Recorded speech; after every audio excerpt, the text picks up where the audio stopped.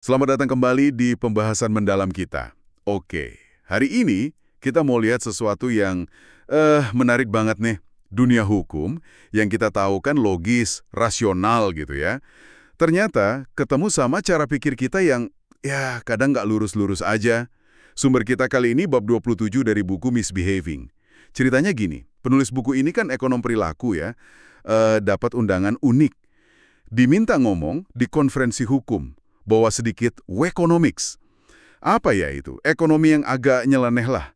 Awalnya dia ragu, soalnya kan bukan bidangnya. Tapi ini malah jadi awal kolaborasi yang seru banget. Pernah nggak sih kepikiran gimana asumsi kita soal perilaku manusia itu ngebentuk aturan hukum? Gimana kalau asumsi dasar bahwa manusia selalu rasional itu ternyata nggak sepenuhnya pas? Nah, mari kita coba bedah bareng-bareng. Jadi penulis kita ini nggak sendirian loh mencoba menggoyang dunia hukum ini. Dia kerja bareng Christine Jols, seorang doktor hukum baru yang, wah, brilian lah. Sama Cass Sunstein, profesor hukum dari Universitas Chicago. Waktu itu dia kayak bintang rock itu dah di bidang hukum akademis. Dan emang tertarik banget sama ekonomi perilaku. Keren kan timnya? Bener banget. Dan mereka punya misi yang nggak main-main loh. Mereka mau menantang pandangan dominan waktu itu di studi hukum dan ekonomi. Pendekatan ini kan sangat dipengaruhi sama yang namanya mazhab Chicago. Itu loh aliran pemikiran ekonomi yang terkenal banget sama asumsi kuatnya soal rasionalitas. Pasar rasional, orang rasional. Intinya sih mereka percaya manusia tuh selalu milih yang terbaik buat dirinya, secara logis. Nah tim ini datang dan bilang, tunggu dulu, psikologi manusia tuh lebih rumit. Cara kita beneran mikir itu penting banget buat hukum. Dan gimana cara terbaik buat nantang raksasa pemikiran kayak mazhab Chicago di bidang hukum? Mereka nulis artikel, panjang banget, buat Stanford Law Review. Itu kan jurnal hukum top ya. Tapi ini nih, bagian yang paling berani menurutku. Sadar artikel ini bakal kontroversial, mereka malah undang Richard Posner, salah satu pendiri, tokoh utama aliran hukum dan ekonomi tradisional itu, buat nulis kritik langsung. Di edisi yang sama. Waduh, itu kayak sengaja nyodorin diri buat dipukul nggak sih? Haha, ya bisa dibilang gitu. Tapi ini strategi cerdik banget loh. Dengan ngundang kritik dari Posner sendiri, mereka jamin ide ekonomi perilaku ini nggak bakal bisa diabaikan gitu aja. Mereka nggak mau artikelnya cuma jadi catatan kaki, ngerti kan? Mereka mau debat, diskusi panas.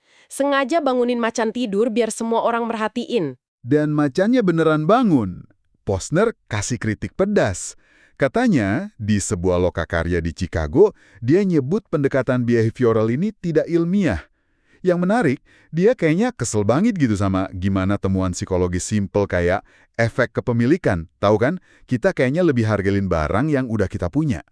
Nah, kok bisa sih hal gini goyahin teori sekuat teorema Coase? Ada cerita unik loh, Posner saking frustrasinya sampai nyamain penulis kita sama penganut kreasionisme. Wah, itu udah menunjukkan betapa fundamentalnya ya perbedaan pandangan ini. Di satu sisi, ada model icons, manusia superrasional ala ekonomi tradisional. Di sisi lain, humans, manusia beneran yang perilakunya ya dipengaruhi bias psikologis, kayak yang diobservasi di ekonomi perilaku. Penulisnya ngebales, intinya tuh bukan soal asal-usul evolusi perilaku ini dari mana, tapi faktanya perilaku ini nyimpang dari model rasional standar. Nah, kalau model standar nggak bisa prediksi perilaku nyata, ya modelnya yang perlu diperbaiki dong, bukan perilakunya yang disalahin karena nggak rasional. Oke. Tadi disebut teorema Coase. Coba deh kita pahami dikit lebih dalam. Soalnya ini kunci perdebatannya kan. Apa sih teorema Coase itu? Kamu sama teman sekamar, beda selera musik. Satu suka metal, satu butuh hening buat belajar. Teorema Coase bilang, selama kalian bisa nego gampang, nggak pakai biaya besar, nggak perlu lawyer lah itu nggak penting, siapa yang awalnya dikasih hak sama aturan kos, hak nyetel musik atau hak atas ketenangan. Hasil akhirnya bakal efisien kok. Musik bakal diputar cuma kalau si penyuka metal nganggap kenikmatannya lebih tinggi dari gangguan buat temennya. Siapa yang dapat hak di awal itu cuma nentuin siapa yang mungkin harus bayar siapa. Misalnya nih, kalau hak ada di yang butuh hening, si penyuka metal mungkin nawarin duit biar boleh nyetel musik. Gitu. Oke. Jadi implikasinya buat hukum, menurut teorema ini, putusan hakim soal siapa yang punya hak awal itu mungkin nggak sepenting itu buat hasil akhir ekonomi, asal negosiasinya lancar. Tepat. Itu makanya teorema ini pengaruhnya gede banget. Dia kayak ngasih sinyal kalau fokus hukum mungkin seharusnya lebih ke memfasilitasi negosiasi. Nggak usah terlalu pusing nentuin siapa pemilik hak awal. Tapi, ini berlaku jika asumsi dasarnya terpenuhi, termasuk nggak ada bias perilaku. Nah, di sini nih, tim behavioral Giles, Sunstein, sama penulis Chirivian masuk. Mereka pakai senjata andalan, bukti dari eksperimen mug yang ikonik itu. Ingat kan? Orang yang random aja dikasih mug, jadi penjual, minta harga jual rata-rata 2 kali lipat lebih tinggi daripada yang mau dibayar sama orang yang nggak dikasih mug, yang jadi pembeli. Ini efek kepemilikan atau endowment effect lagi beraksi. Dan ini langsung nonjok jantung teorema Coase. Beneran, eksperimen MOOC ini nunjukin bahkan pas biaya negosiasi praktis nol, gampang banget kan tawar-menawar di eksperimen, ternyata alokasi hak awal, siapa yang dapat MOOC duluan, itu sangat menentukan hasil akhir. Penjual ogah lepas MOOC-nya kecuali dibayar mahal. Pembeli nggak mau bayar semahal itu. Hasilnya, sedikit banget transaksi terjadi. Beda jauh sama prediksi Coase yang bilang MOOC bakal pindah tangan kalau pembeli nilai MOOC lebih tinggi dari penjual sebelum efek kepemilikan muncul ya. Ini bukti kuat banget kalau asumsi rasionalitas murni itu rapuh. Apalagi dalam konteks hak kepemilikan. Kita nggak nilai barang secara objektif aja. Kita nilai lebih tinggi apa yang udah jadi punya kita. Wah, menarik banget ya. Gimana eksperimen sesimpel itu bisa goyangin teori sebesar Coase? Tapi mereka nggak berhenti di situ kan? Ada lagi eksperimen menarik yang mereka lakuin, variasi dari permainan ultimatum. Biasanya kan uangnya dari peneliti semua. Betul, di versi standar kan ada duit misalnya $10 dari peneliti. Satu orang, si penawar, ngusulin pembagian. Orang kedua, penerima, bisa terima atau tolak. Kalau ditolak, dua-duanya nggak dapat apa-apa. Nah, di variasi ini, total uangnya tetap $10. Tapi $5 itu dari tugas yang baru aja selesai dikerjain peserta. Dan $5 lagi tambahan dari peneliti. Jadi setengahnya itu uang hasil jerih payah lah. Sunk cost. Udah didapat, nggak bisa ditarik lagi. Harusnya nggak ngaruh dong ke keputusan bagi-bagi $10 selanjutnya kan? Malah mungkin ada yang mikir, wah, kalau pakai uang sendiri, orang jadi lebih rasional. Maksudnya, lebih mau nerima tawaran nggak adil demi dapat duit. Gitu nggak sih? Ya, itu prediksi standarnya. Tapi hasilnya di luar dugaan. Perilaku penawar sih mirip-mirip aja. Kebanyakan nawarin bagi hasil yang cukup adil ya, 40-50% gitu.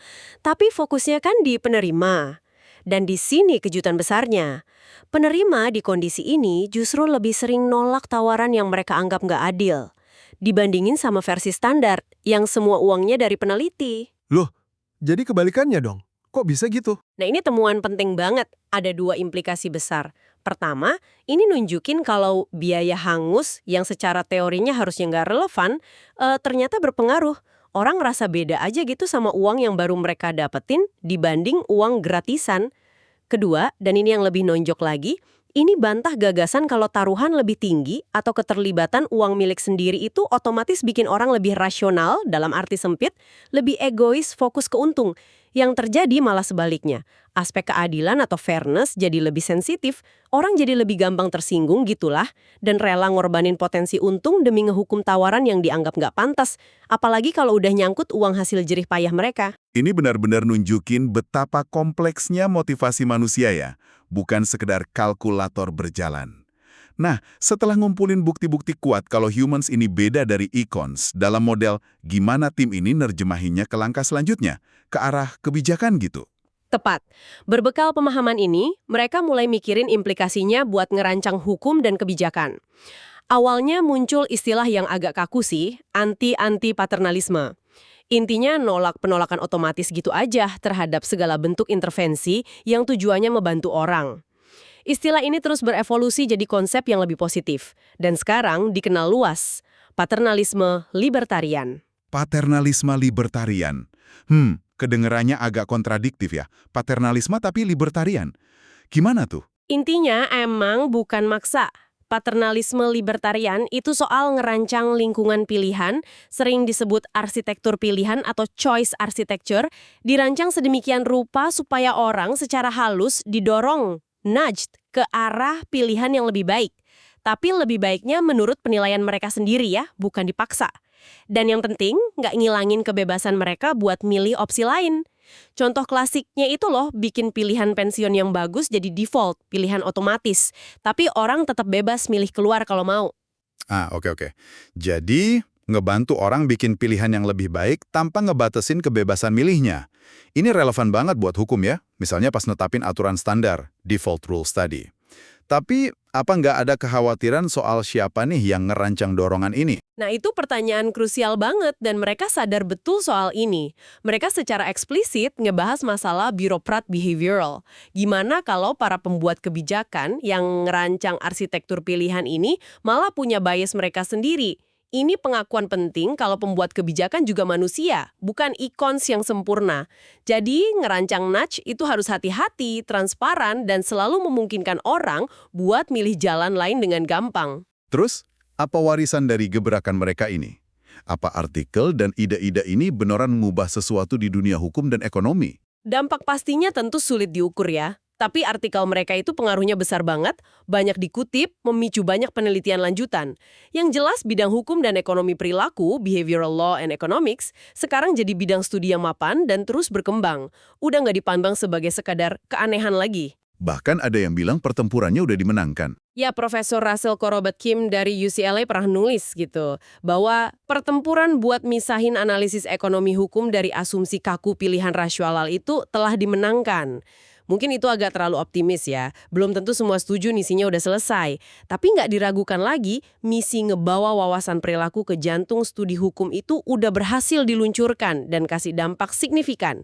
Cara pandang kita soal interaksi hukum dan perilaku manusia jadi lebih kaya aja. Oke, jadi kesimpulan dari penjelajahan kita hari ini, bahkan di benteng logika kayak hukum, memahami sifat asli manusia dengan segala bias dan keunikannya, ternyata krusial banget. Asumsi lama soal rasionalitas sempurna mulai dipertanyakan, ngebuka jalan buat pendekatan yang lebih berbumi, lebih realistis. Tepat sekali. Mengakui kalau kita bukan ikons tapi humans, itu memungkinkan kita ngerancang hukum dan institusi yang lebih efektif. Efektif karena mempertimbangkan gimana orang beneran bertindak dan mutusin sesuatu, bukan cuma berdasarkan prediksi model abstrak. Ini intinya soal bikin hukum yang kerja lebih baik di dunia nyata, buat manusia nyata. Dan ini bukan cuma soal teori, tapi punya potensi perbaikan nyata dalam kebijakan publik.